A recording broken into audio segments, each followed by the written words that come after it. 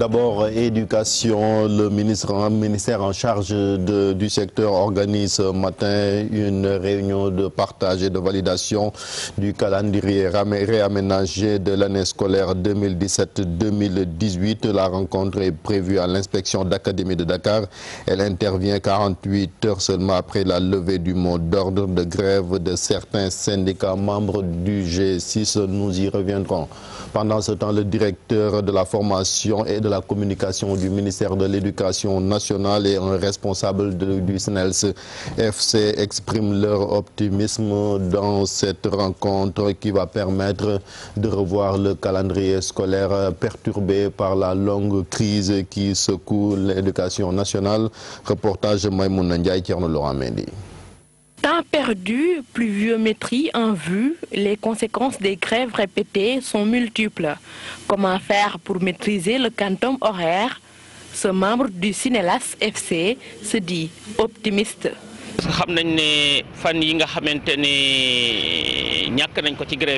Il est avéré que nous avons perdu du temps durant toutes ces grèves. Nous allons discuter de cela. À l'intérieur du pays, il y aura des abris provisoires sûrement. Et tout ceci sera pris en compte. Je ne pense pas que cela soit un exercice difficile.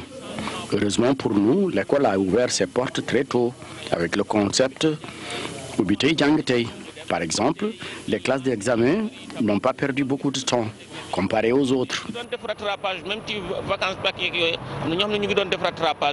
Parce que enseignants yi ñu bëgg seeni élèves lañ yaakaar nañ ne technique yooyu du mën a jafe enseignants yi inchallah. À la direction de la formation et de la communication au ministère de l'Éducation nationale, l'on nous informe aussi une large concertation. Les dates des examens du BFM, du baccalauréat et du CFE seront d'ailleurs connues au sortir de ces rencontres. Les services techniques du ministère de l'Éducation nationale, notamment la direction des examens et concours, également l'office du bac, ministère de l'enseignement supérieur, sont en train de se réunir pour évidemment voir dans quelle mesure et sous quelles conditions réaménager le calendrier scolaire, puisque le quantum horaire a été effectivement entamé et si la grève donc continue, c'est sérieusement entamé. Alors maintenant, cela dépend des concertations pour voir dans quelle période le CFE, le certificat de fin d'études élémentaires sera organisé, ensuite le BFM et le BAC. Mais c'est les deux ministères puisque souvent, dès qu'on termine le bac, et parfois même avant qu'on termine le bac, on entame l'examen du BFM. Donc les concertations sont en train de se dérouler. Et certainement, donc, à la fin de ces concertations-là, il sera livré à l'opinion donc les nouvelles dates retenues pour l'ensemble de ces examens, mais également les périodes retenues pour réaménager le calendrier et permettre aux élèves de mieux réviser. Pour le moment, nos interlocuteurs sont rassurés. Ils parlent même d'une situation maîtrisable. Les 5 centrales syndicales les plus représentatives lient cette radicalisation du SAEMS du QSEMS à la démarche du ministre de l'Éducation nationale. Pour Pape Birahim Diallo, membre technique de ces centrales syndicales, la crise sera prise en compte pour une issue heureuse. Il s'exprime au micro d'Aminata Mbaresow et Diafaraba. Je crois que si on met l'intérêt de notre pays en avant, l'intérêt des élèves de l'école et nous en tant que parents d'élèves, avant tout, avant d'être des syndicalistes, nous sommes des parents d'élèves. Si on met en avant l'intérêt général, on trouvera une solution. Je pense qu'il n'y a pas de jusqu'au boutisme. C'est des malentendus et on peut trouver une solution, on peut trouver des palliatifs pour arriver quand même à avoir une solution définitive et durable. Je pense qu'il y a des médiations qui ont été entreprises même avant la communication du ministre et ça allait vraiment aller dans le sens du dénouement de la situation. Mais malheureusement, il y a eu ce biais dans la communication. Même les acteurs les secrétaires régionaux ont été reçus par le Haut Conseil du dialogue social et il y avait un début de solution. Mais après, nous nous sommes rendus compte qu'il y a une communication du ministre qui a quand même été mal appréciée. C'est ça, en fait, le jusqu'au-boutisme. Ce qui a provoqué ce jusqu'au-boutisme, c'est simplement une erreur de communication qu'il faut comprendre également. Je pense que l'erreur est humaine. Dernière journée d'inscription sur les listes électorales après la révision exceptionnelle qui a démarré depuis le mois de février. Beaucoup de Sénégalais ont attendu le dernier moment pour se ruer vers les commissions d'inscription. Reportage à la sous-préfecture de Grand Dakar, Alassane Badia Faraba. C'est le reproche fait souvent aux Sénégalais. Comme d'habitude, avec les Sénégalais, c'est toujours le dernier moment. La sous-préfecture de Grand Dakar ne désemplit pas. Moustapha Koli est là depuis le matin. Il attend son tour, mais il reconnaît tout de même avoir trop attendu. C'est qu'on n'a pas eu de bonnes informations à temps. Ce qui fait qu'il te fallait faire beaucoup de tractations avant d'avoir même les papiers pour venir déposer. La deuxième chose est que si vous pouvez ouvrir des structures un peu partout, là les gens n'auront pas ce problème. C'est la dernière journée, donc vous pensez que vous devez au moins faire le déplacement depuis. Ouais, effectivement, c'est la dernière journée. Non, ça c'est pas normal du tout. Un devoir de citoyen, c'est quand les gens se lèvent, il faut se lever tôt pour déposer. La commission logée ici renforcée depuis une semaine. Aujourd'hui, dernière journée, Fatou Cham est prête à patienter jusqu'à 0 heure. Minuit, mais je vais attendre quand même, parce que je dois accomplir mon devoir de citoyen. Aujourd'hui, on va continuer jusqu'à minuit pour la journée d'aujourd'hui, parce que c'est aujourd'hui le dernier délai. Donc, normalement, on doit pouvoir enrôler toutes les personnes qui sont ici présentes. Cheikh Niass demande une prolongation. Il faut le prolonger parce que tous les Sénégalais là doivent faire les cartes d'identité nationale. Quand tu sors, les policiers disent où est les cartes d'identité, tu défères. C'est pas bon. Il faut tous les Sénégalais faire les citoyens les cartes d'identité nationale. Oui, demander les autorités, les administrations sénégales ne pas faire les erreurs comme l'année passée. Parce que les Sénégalais sont tellement difficiles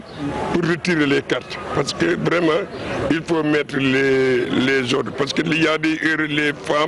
les photos des femmes qui mettent les hommes. C'est pas joli. Après l'inscription, Fatou Cham demande à l'administration de faciliter le retrait des cartes aux citoyens. Coup de théâtre à la chambre criminelle de Dakar hier. Il s'agit du procès des présumés terroristes. Un des accusés a perdu son avocat en pleine audience. Il s'appelle Lamine Koulibaly qui accuse son conseil de ne l'avoir pas assisté lors de l'enquête au niveau du juge d'instruction. C'est la raison pour laquelle l'avocat a décidé de jeter l'éponge qu'il n'a pas apprécié du tout le comportement de son ex-client. Nous suivons le compte-rendu d'audience avec Mambiram Diouf.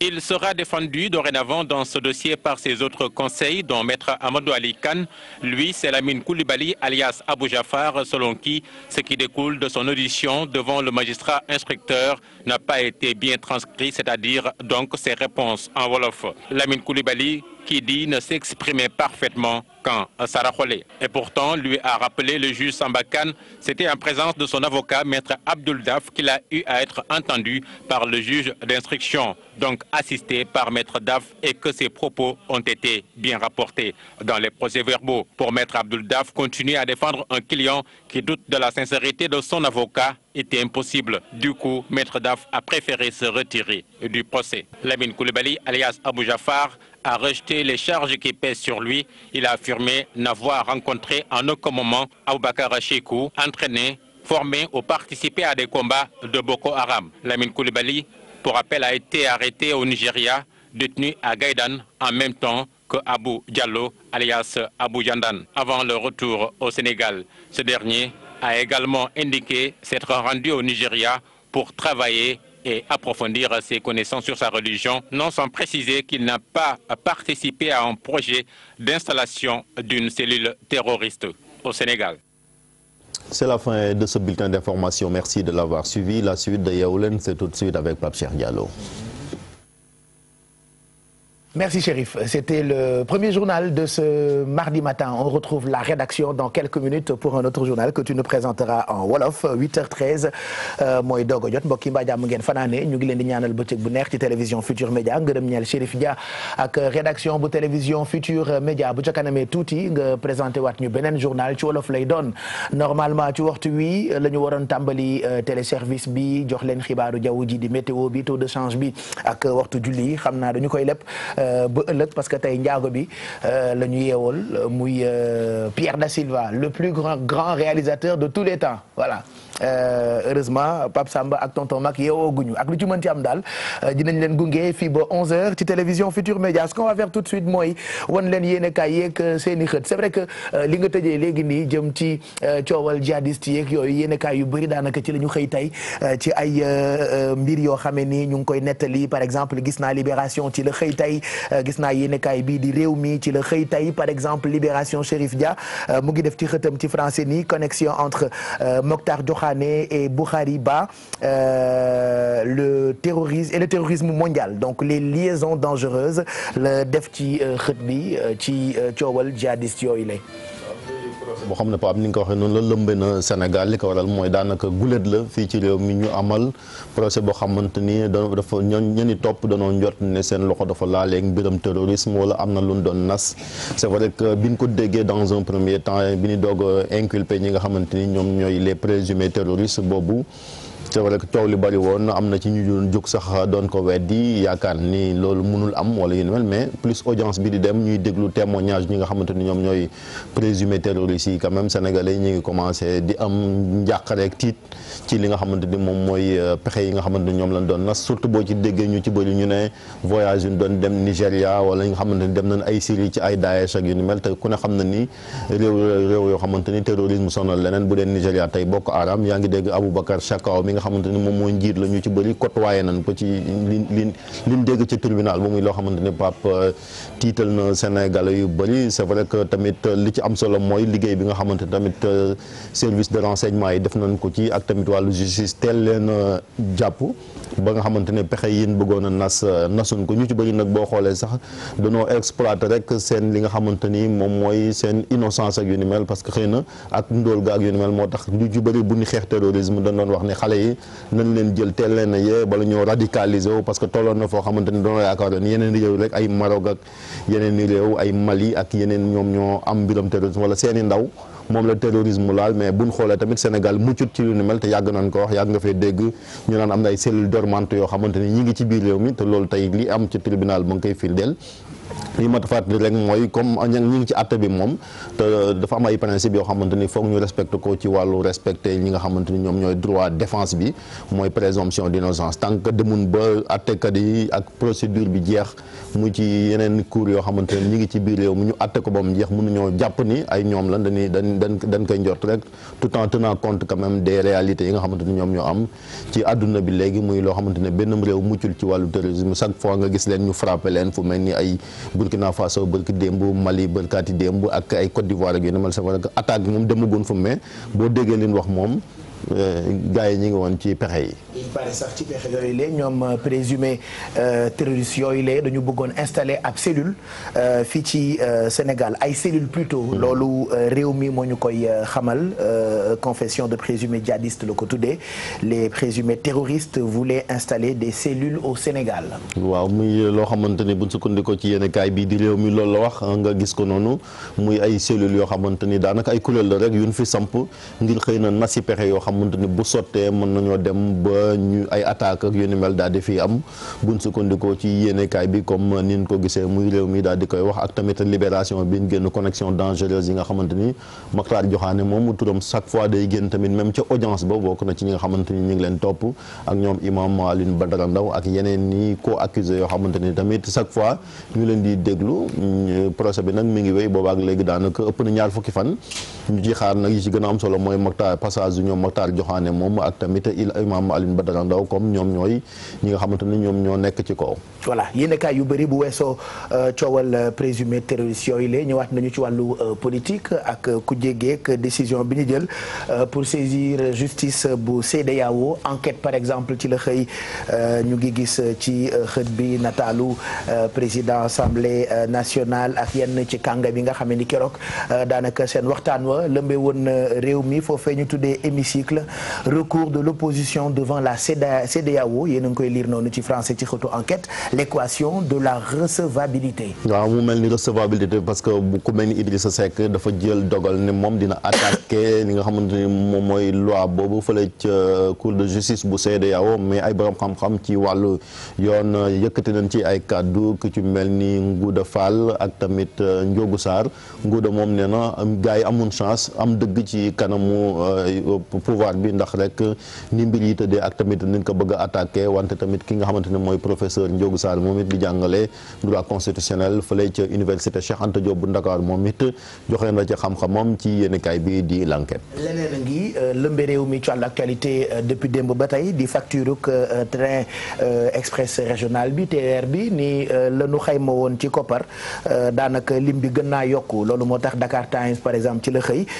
la facture du TER passe de 568 à 738 milliards 400 millions. waaw bu ñu sukkandikoo ci yéenekaay bi di Dakar Times moom la wax muy train express régional bi nga xamante ni moo nar dox diggante Ndakaaru Diamniadio ñu ngi naan sax dañ koy yóbbu ba AIBD moom nag nee na facture bi daanaka mi ngi gën a rek saf ci trésor bu Sénégal ndax rek fi mu ko xayma muy Dakar Times Pierre boo ñu mënee jox bu dee it nga yeewu jox ñu journal bi ñu mën koo lire muy loo xamante ne tamit koppar yoo xamante ni yéenekaay wax na ko rek ne mi ngi yokk jëm ci loolu kon muy mel ni kon 568 milliards la woon wante dem na ba ci juróom-ñaar téeméer ak fanweer ak juróom-ñett ci milliards yu tekk ñeenti téeméer ci ay millions buñ sukkandikoo ci yéenekaay bi. et puis yéenekaay bi di ñu xamal ni gouvernement bu Sénégal dafa signé en secret ab avenant bu toll ci 30% xam naa loolee borom xam-xam yi dañ ko gën a détaillé bu ko defee ñu nit ñu mënees koo comprendre leneen a ngi itam démb rek ñu ngi ci doon wax ci la yéenekaay bi di direct info xëy tey ni monde rural bi ñoom ñoo parrainé président ci ndimbal loo xam ne ni mu ngi jëm ci matériel agricole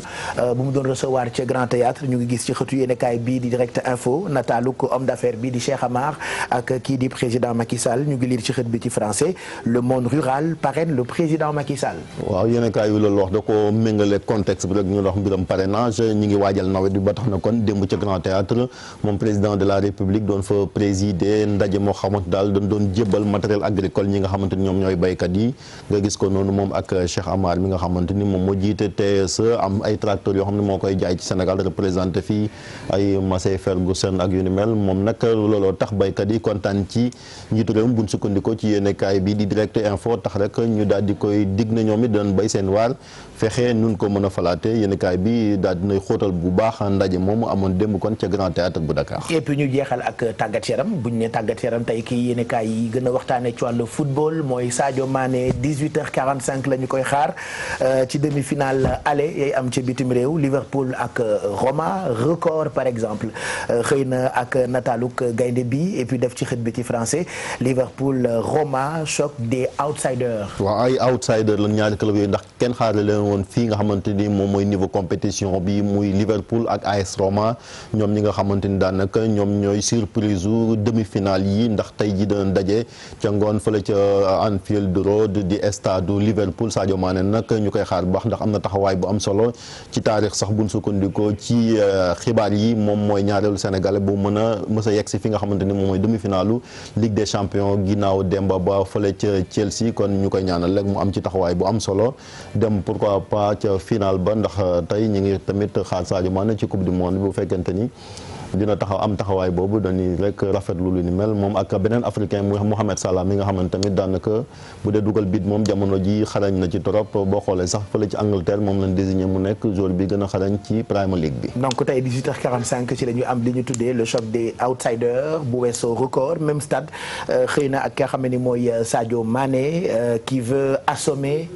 Rome. waaw bëgg na assommé Rome bu ñu sukkandikoo ci yenn kaay bi muy AS Rome nga xamante ni tamit kon mooy fekki waa Liverpool tey jii ci ngoon yenn kaay bi nag am yaakaar bu baax ci taxawaayu Sadio Mané mi nga xamante ne mooy meneur de jeu bu équipe nationale bu Sénégal beneen bi nag ëllëg la incha allah muy diggante ñi nga xamante ne ñoom ñooy Real de Madrid ak Bayern de Munich. mu ngoog bu ca kanamee ba journal wolof ba noppi daañu commentaire itam ñaar ci ay xibaar yoo xam ne ni xëy nañu jot ko bokk na ci démission Moustapha Cissé Lo ci instance yu APR naka la ko sénégalais yi mën a comprendre Chérif Dia ngay expliquer ñu ko bi ci toppit mooy paradoxe bi nga xam ne ni moo ne ci commission d'inscription yi sur les listes électorales nga xam ni démb daanaka ci lañ doon tëj suma juumul mbir yooyu lee ak na mu feese woon lan moo tax ñun ñuy faral di xaar dernière minute pour yëngu ci ay mbir yoo xamee ni mënees nañoo soxal te bu amee ay jafe-jafe it ñun ñoo ci njëkk di wax ci grand place yi on en parle bu ca kanamee comme tous les matins bu Chérif présenté journal bi il en profite pour nous expliquer li nga xamee ni moo lëmbe réew mi ci wàllu actualité en attendant dañu lay bàyyiwaat ak téléspectateurs yi bu ko defee nga jébbal ñu beneen journal bii pa nag ci wolof nga ñu koy présenté.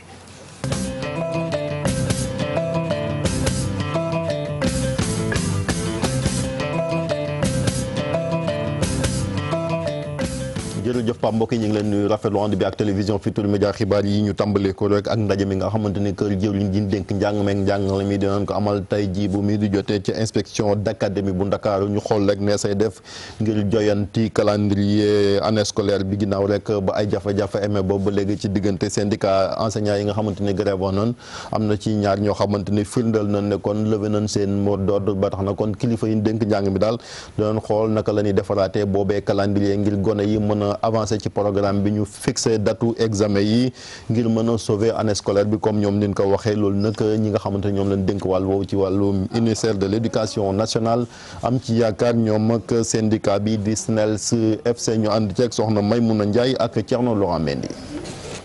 ay fan yu bëri ñu ñàkk ko li ko waral mooy ay grève yu bëri nawet bi ñu koy séntu ci ay weer loolu lépp mu jara sóoraale ci grève yi nga xam ni moo fi génnoon ndax quantum horaire bi dinañ ko mën a sauver waa ji nga xam ni mi ngi fare ci SNELS FC nee na am na ci njort bu rafet. parce que xam nañ ne fan yi nga xamante ne ñàkk nañ ko ci grève bi fokk ñu jéem a seet nuñ ko remplacer mais ci biir remplacer boobu itam fokk ñu xalaataale ne am na région yoo xamante ne dañuy teel a taw te abri provisoire yi comme ni nga ko tuddee ba tey ñu ngi exister ci yenn localités yi. fokk mu am tuuti changement yaakaar nañ ne changement boobu bu fi nekkul lu dugg lool ci nawet bi xëy na du mën a yàq lu bare. bi tey jàng tey commencé woon nañ am lu ñu def. te yenn enseignants yu bëri itam ñu ngi doon kii surtout classe d'examen yi ñu ngi doon grève mais ñu ngi doon def rattrapage même ci vacances bac yeeg yooyu am na ñoo xam ne ñu ngi doon def rattrapage parce que enseignants yi ñu bëgg seeni élèves lañ yaakaar nañ ne technique yi yooyu du mën a jafe enseignants yi incha allah. boo demee ci direction bi nga xam ni moom lañ jagleel tàggat gi ak jokkalante bi ci ministère bu éducation nationale foofu tamit ñu ngi fiy xamal ne am na ay waxtaan yu yaa yoo xam ne fi mu toll nii ñu ngi koy def. service technique bu ministère éducation nationale notamment direction examen ak concours ak aussi office de bac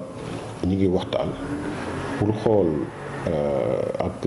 inspecteur d'académie yi naka la ñuy def pour réaménager calendrier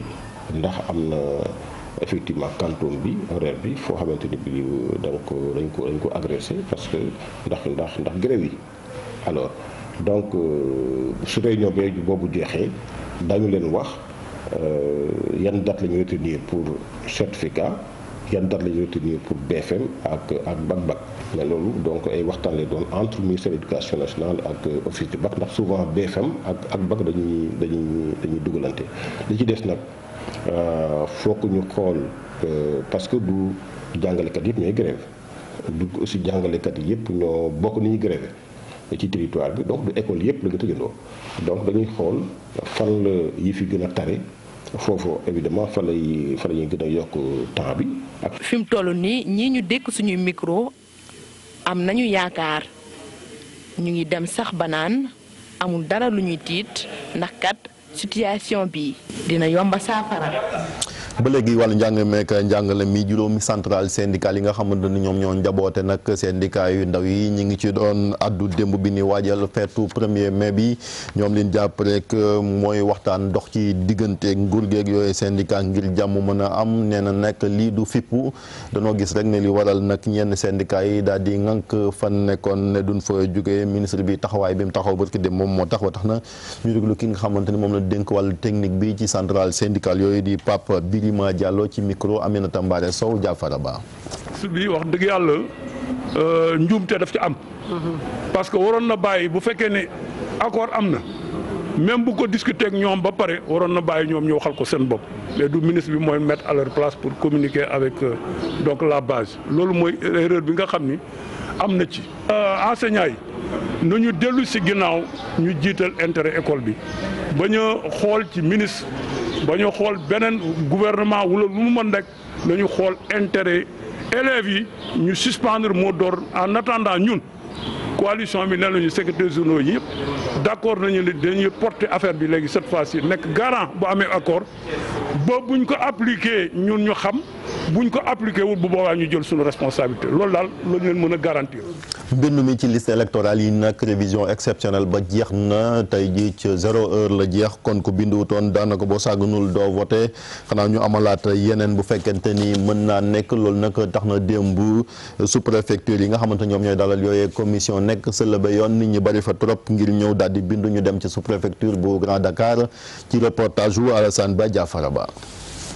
li ni mel la ñuy ŋàññee ci luy ëpp Sénégalais yi. Sénégalais yi moom comme d'habitude rek dañuy bàyyi chaque jour boo dina moment ñu doog a ñëw pour def enrôlement bi. fii ci sous-préfecture bu Grand Dakar daanaka nit ñi takku nañu ñi ñëw bindu si Moustapha Koli moom mi ngi fii depuis ci suba mi ngi xaar tuuram jot wante nag jàpp na ni moom ci boppam def na erreur ndax xaar na bu yàgg. ma fekk fi moom dafa doy waar dernier jour bi laa ñëw c'est que information si boppam moo doy lool mais dama ñëw depuis toute la journée je suis là dëkk bi nag mooy loolu. mënuñu bàyyi sa doom yi yëpp di kii ngay dem di wuti kayit yi nga xamante ne suba sa doo mën a jox dépense. tamit wareef la. waaw juste sama kayit tamit wareef la xam nañ ko bu baax a baax. nekkoon ci liggéey bi rek laa nekkoon mais du yor. mais kayit wareef.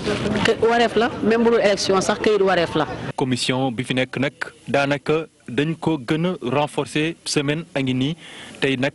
muy bis bu mujj Fatou Thiam nee na nag pare na ngir xaar fii ba minuit jot. nee minuit lay jeex mais ñu ngi toog xaar ba 18h. fii ba minuit daal pare na. waaw damay toog parce que devoir citoyen la ndax voter il faut ñu voter. si yoon normalement war la ñu mën a enrôler ñoom ñëpp bu ñu jëlee des machines yi affaire bi dina gaaw normalement ñu fi nekk ñëpp war la ñu mën a enrôler dans les normes. Cheikh Niass moom li muy sàkku moo di ne ñu yokk délai bi. délai yi dafa gàtt te jot bi amul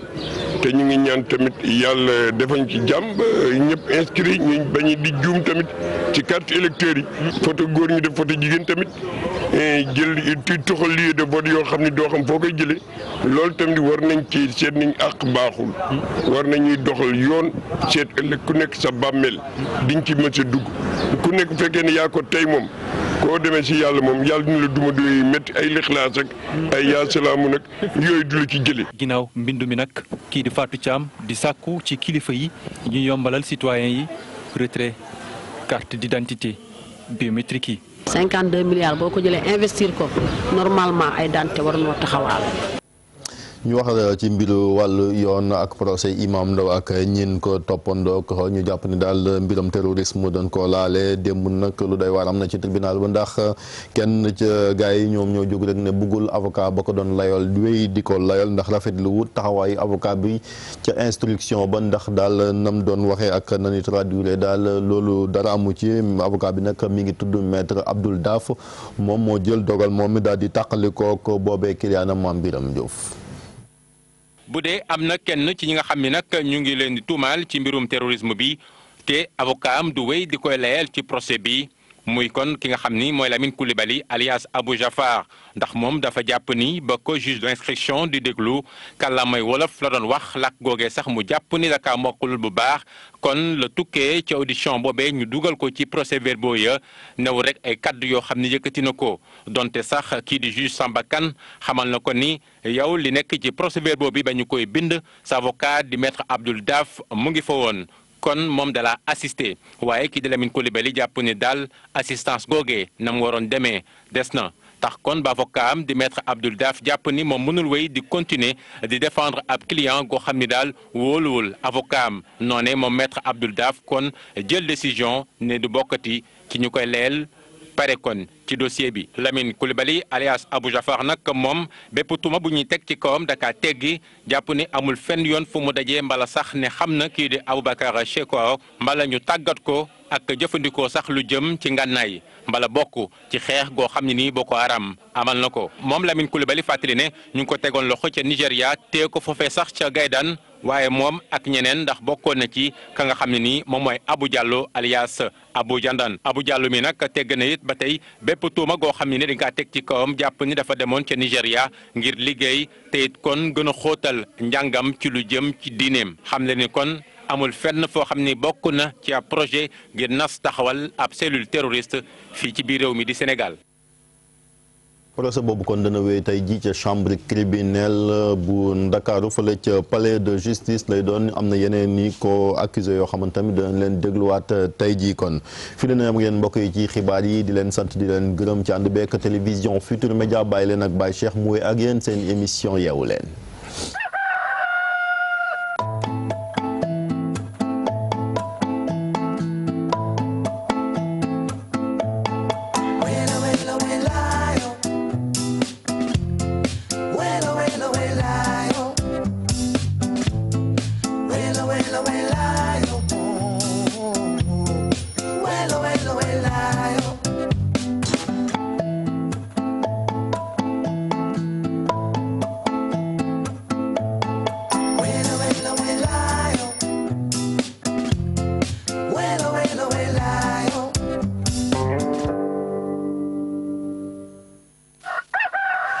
jërëjëf Chérif Dia mu nekkoon ñaareelu jotaayu xibaar yi ci télévision Futur Média bu njëkk bi ci français la woon bu ci topp léegi nga koy doog a jeexal ci wolof nga ñu ko doon présenté exactement 8h34 mooy doog a jot ñun ñëpp a ngi fi pour gunge leen fii ba ci kanam ci télévision Futur Média fàttaliwaat leen ni bu ca kanamee tuuti daañu jokkoo ak suñu correspondant yi tey nag du ñu sori fii rek la ñuy dem ci banlieue bu Dakar fekk fa ki nga xam ne ni moo ñu fa teewal di Salif Sow daañu ñëwaat ci coowal xale yi nga xam ne ni ñoo ngi leen di defi ñaawteef surtout ci côté boobule dinañu defal ab bilan ñu ñëwaat itam ci révision yi wax naa ko sànq ni biig daanaka ci la ñu ko tëj bu dee luñ ci mën a wax Chérif Dia lii ñuy xaw di naxarlu rek mooy ñun dañu am habitude dernière minute te bu kaas jotee ñu kaas loolu itam defe naa c'est pas normal. c'est pas normal waaw te loolu moom habitude ñun sénégalais la parce que il faut ñu maas noonu gi muy loo xamante ni dañ ko tàmbalee daanaka délai moom réew mi duñ ko fi respecté. waaw bu respecté amee rek ñi fi respecté délai ci ñun mooy xëy na ñi nga xamante ni ñoom ñooy armée bi ak militaire moo xam dañ leen yar ci rigueur. mais bu dee civil yi moom wax dëgg yàlla am na jafe-jafe te boo xool li koy firndeel mooy li xew bii ci commission yi te nit ñi pourtant Pape boo xoolee bi ñu signé décret bi pour annoncer révision exceptionnelle liste électorale yi. ci mois de février la ëpp na 2 mois donc on avait 2 mois 60 jours. pour ñi nga xamante ne bindu woon ci liste yi ñu dem bindu ci liste yi su ko defee dina mën a am carte d'identité en même temps carte d'identité boobu moo leen di servir ñu mën a voter ndax mooy carte d'identité ak carte électeur te boo xoolee tamit investissement yi ñu def bari na gis naa benn soxna di ko wax ci reportage bi daanaka 52 milliards lu jural sénégalais contribuable sénégalais bi donc bu ñu demee ba tollu foofu wax dëgg yàlla nit ñi waroon nañoo gën a mën a am rigueur ngir dem bindu ji parce que bindu déjà dafa am solo ndax vote day loo xamante ni c'est vrai que du obligation fii ci Sénégal mais boo xoolee tamit am na solo parce que surtout ñi ngi jëm ci ay élections présidentielles yoo xamante ne yu am solo la am solo ndax am njiitam réew buñ koy tànn je crois que mbooloo ma koy tànn tamit day ci am solo maanaam moom mooy tax sa président bi gën a mën a am légitimité ñay participer ci élection yi te loolu buñ binduwut duñ ko mën a def ndax foog nga bokk ci fichier bi surtout ñi nga wax mbiram parrainage déjà bu fekkante ne yow amoon nga candidat boo xamante ni bëgg nga ko parrainer boo binduwut ci fichier bu doo mën a parrainer sa candidat boobu mais gis nañ fii te par exemple li ma lay wax kilifa yi ñoo ko tàmmal Sénégal parce que boo xoolee ñu ci bëri dans un premier temps danaan du ma dem damay xaar ba dernière minute wala dinañ prolonger date beeg yooyu parce que yàgg nañ fee gis ay manifestation wala ay rendez-vous yu ni mel am mais dañ koy yokkaat yokk googu nag moom moo tax xëy na ñenn ñi seen xel dal ba rek ñu ne dañuy dem duñ bindu ji di buuxante ci commission yi te tamit carte d'identité yi xam nga bindu ci déjà dafa am solo parce que bu fekkente njuumte am na c'est vrai que am na erreur yu bëri yoo xamante ni nemmeeku nañ ko ci yenn yi da ngay bindu ci benn barab après ñu transférer la nga retrouver sa carte beneen barab boo xamante ni sori na yooyu yëpp tax na nag boo teeloo bind ñu daal di xoolaat joyante jubbanti su ko defee jafe-jafe yooyu dina mën a dakk mais li ci am solo rek mooy comme ni ñu ko waxee sànq nit ñi il faut aussi benn moment ñu xaw a rigoureux quand même ci mbir mi parce que développement ak ay mbiram émergence ak yooyu mënta dem sans discipline ak rigueur discipline nag bokk na ca bu ne waxtu temps la ni tàmbali ñu tàmbali waxtu temps bu ne waxtu temps surtout que bu erreur amee nga kaas donc yow na nga fexe ba matale ce devoir dafay permettre bu keneen ki nga ko seqal deful devoir am nga am liberté wu ak l'attitude war a kaas moo ñàkk respecté ce devoir ba pare bu ay jafe-jafe amee nga kaas voilà du sax ànd non du ànd waaw paradoxe la comme ni nga waxee day loo xamante ñaar yoo xamante ne àndun ba tax na rek kon loolu lépp mbiram citoyenneté moom dafa tumuranke ci réew mi de manière générale ba tax na kon il est important que ñi nga xamante ni te loolu tamit mooy parti politique yi xam nga ñi ngi koy wax sànq ñoom seen responsabilité c'est vrai que conquérir pouvoir la diriger wala ngay opposé wu mais ñoom it am nañ rôle di jouer ci participation li nga xamante ni moom mooy citoyenneté askan wi coow li bëri woon na trop mais rare ngay dégg par exemple ay parti politique muy ñu nekk ci pouvoir bi ñu nekk ci opposition ba ci société civile di ñaax sénégalais yi ngir ñu dem bindu ji parce que loolu seen responsabilité ak seen rôle ñoom parti politique yi c'est vrai que ñu ci bëri nag ñoom seen i militants rek la ñuy bëgg a bind ñu teel a jot seen carte wala yu ne mel mais boo xoolee militants yi bëri woon par rapport ak peuple bi nga xamante ne ak citoyens yi war a voter pap muy loo xamante tamit c'est vrai que ñoom il faut ñu ciy bàyyi xel ba duñ xaar ba dernière minute rek ñu ne oui il faut ñu dem bindu ji wala nangam te boo xoolee bu fekkente ne wàllu communication la mënoo ne gars yi defoon communication parce que kuy seetaan télé yi di déglu rajo yi daa nga dégg quand même bande annonce bi di jàll ci télé yi ay prime time sax lay jàll des fois heure journal ci guddi wala nangam ñuy wax nit ñi ne révision liste électorale yi ubbi nañ ko te nit ñi war nañoo dem bindu ji ci yooyee liste donc bu fekkente ni yegg si nañ fii problème communication bu ko fi kenn wax gars yi li leen waroon def nañ ko dem nañ jox ay fay ci média yi pour ñu dem li nga xamante ni moom mooy communication bi ñu def ko donc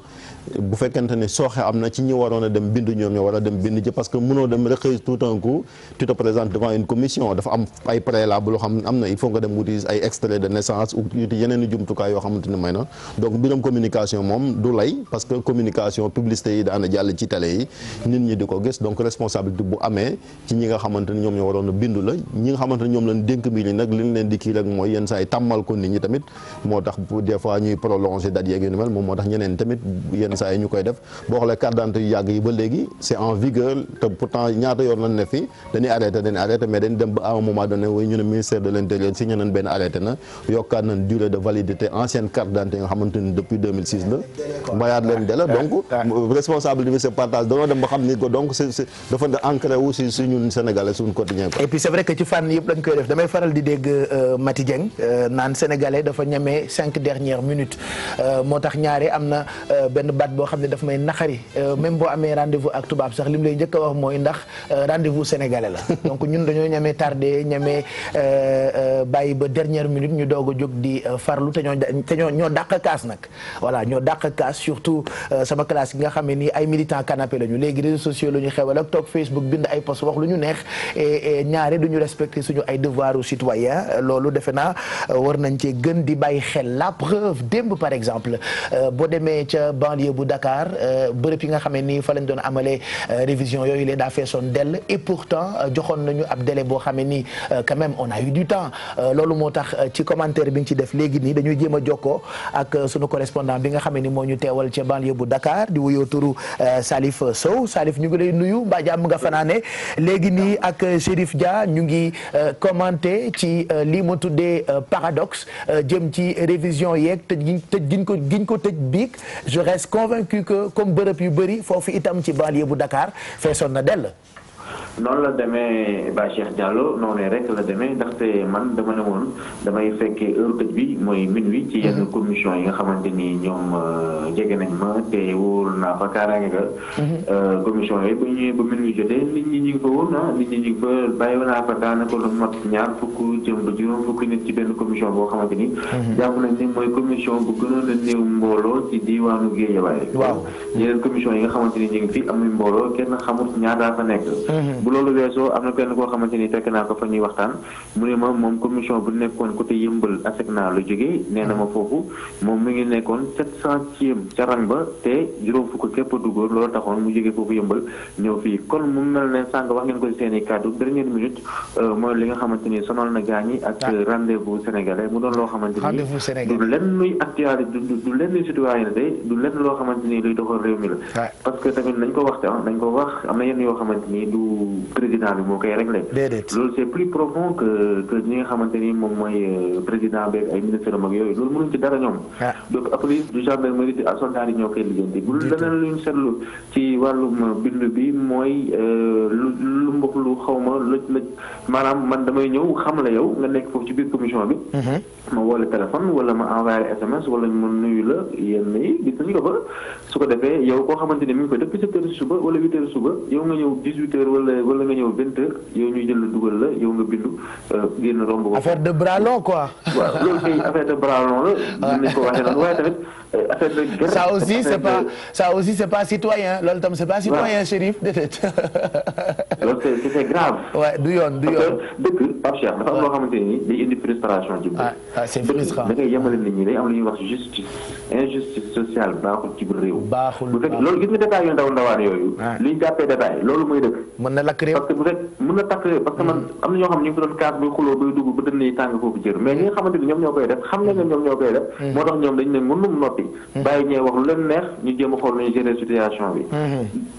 donc ba minuit jotee am na ñoo xamante ni jot nañoo ñëw ba déposé seen i kayit ñooñu seen yoon nekkul ci ay 100 personnes lañ fi fekk ak 50 personnes lañ fi fekk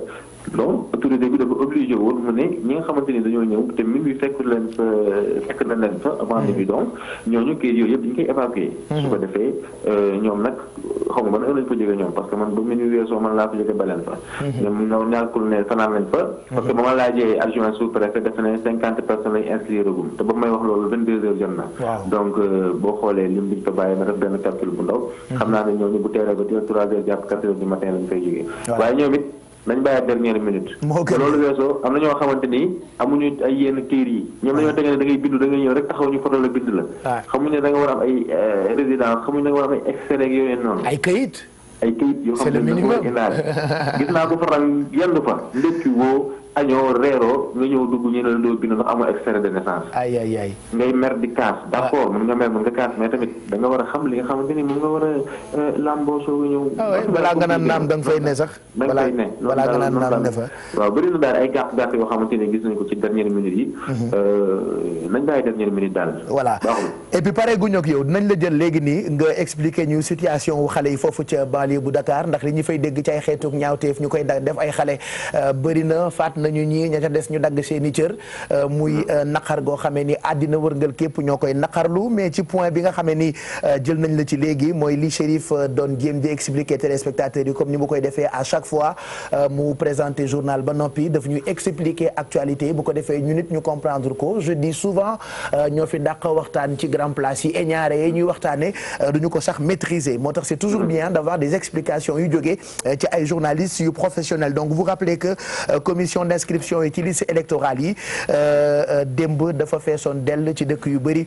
fii ci Sénégal ndax biig lañ doon amal tëj gi donc Chérif ñu ngi lay gërëm bu baax ci loolee nga nu expliquer xanaa ñu jeexal ak beneen information boo xamee ni dégg nañu ko man kaw kaw bi ma ko déggee dama foogoon ni Moustapha Cissé Lo moo démissionné APR mais am na précision boo xamee ni defal nga ma ko te baax na itam nga defal ko téléspectateurs yi pour ñu comprendre démission wu Moustapha Cissé Lo ci instance bu APR lu mu wundu wala voilà qu'est-ce qu'il faut comprendre ci actualité boobu. waaw ce qu'il faut comprendre instance moom mooy kuréel maanaam bànqaas yi parti bi parce que comme parti politique la day am bànqaas yoo xamante ne ñoom ñoo ko téye. mu commencé ci président bi comme Macky Sall président de la République mooy président APR en même temps donc ci biir kii bi nag ku nekk dafa am ay ndomba tànk yu ñu la jox. ci parti bi wante tamit ci gox-goxaat yi moom nag am na ay ndomba tànk yu mu fa takkoon mu jël décision bind lettre président parti bi di Macky Sall ngir xamal ko ne ko dafay rek démissionner convenance personnelle rek la wax comme bu ñu sukkandikoo ci sunu naataango yu le quotidien convenance personnelle mooy xëy na moom kese moom moo xam lan moo tax mu jël dogalu ne day génn ci instance su parti nekk militant simple il est toujours membre de l'APR mais bi pas militant simple la comme militant yi nga xamante ne ñoom ñoo nekk ci diwaan yi loolu nag moom Moustapha Cissé Lo moo ko def boo fàttali na ko nag Pape daanaka du gulet lu ni mel am parce que boo fàtt moom Moustapha Cissé Lo bi ñu doog a sos APR bokk na ci ñi nga xamante ni moom ak président Macky Sall ak ay yeneen i kilifa ñoom ñoo àndoon génn PDS daal di samp seen parti boobu ñu naan APR. ça ne veut pas dire que dafa jóge APR. voilà il est toujours à l'APR. mais moom à l'époque moom moo nekkoon responsable bi au niveau du département de Mbacké ak Touba mais boo xoolee par exemple ci référendum déjà doon commencé bi fa non bi gagné wii bi après ñu bëri dañ ne woon way moom taxawaayam ak ni mu géré parti bi moom moo taxoon ba après sax moom dafa geddoon daal di jóge ci diwaan boobu boo xoolee daal di changé sax fa muy voté parce que bu njëkk Touba la daa voté mais tension yi fa amoon na gën mel après ñëw na fii ci Patte d'Oie ne fa lay voté ba ne sax changé na léegi circonscription base am baag yu ni mel donc moom comme moo ne convenance personnelle moom moo tax mu daal di jël boobee dogal xëy na moom rek moom moo tax li mu daal dogal mais parti moom surtout moom député la bu fekkee ne démission parti la Pape loi bi moom li mu wax c'est très clair bu doon parti bi la démissionné déjà dootul nekkati député parti bi dootul nekkati tamit li nga xamante ni moom mooy CEDEAO bi nga xamante ni moom mooy président donc démissionné wul ci parti bi ci instance yi maanaam kuréel yi parce que boo xoolee ñu ci bëri am na ay ndomba tànk yoo xam ne dénk na leen ko ci biir APR ku mel ni Mbaye Ndiaye par exemple mu nekk directeur des structures am na ñeneen ñoo xamante ne am na lu leen fa dénk ci wàllu ndaw ñi ñu mel moom Mbaye Ndiaye Thérèse Faye mi jiite COJER donc yooyu ay c'est comme man ma nekk TFM pour permettre téléspectateur bi comprendre ko man nii ma nekkee TFM ñu fal ma directeur dara waaye man ni jóge naa ci poste directeur boobu waaye ba tey maa ngi ci télé bi di liggéey. très bien wala nga ne yeewu leen par exemple présentateur tu ma yeewu leen mais toujours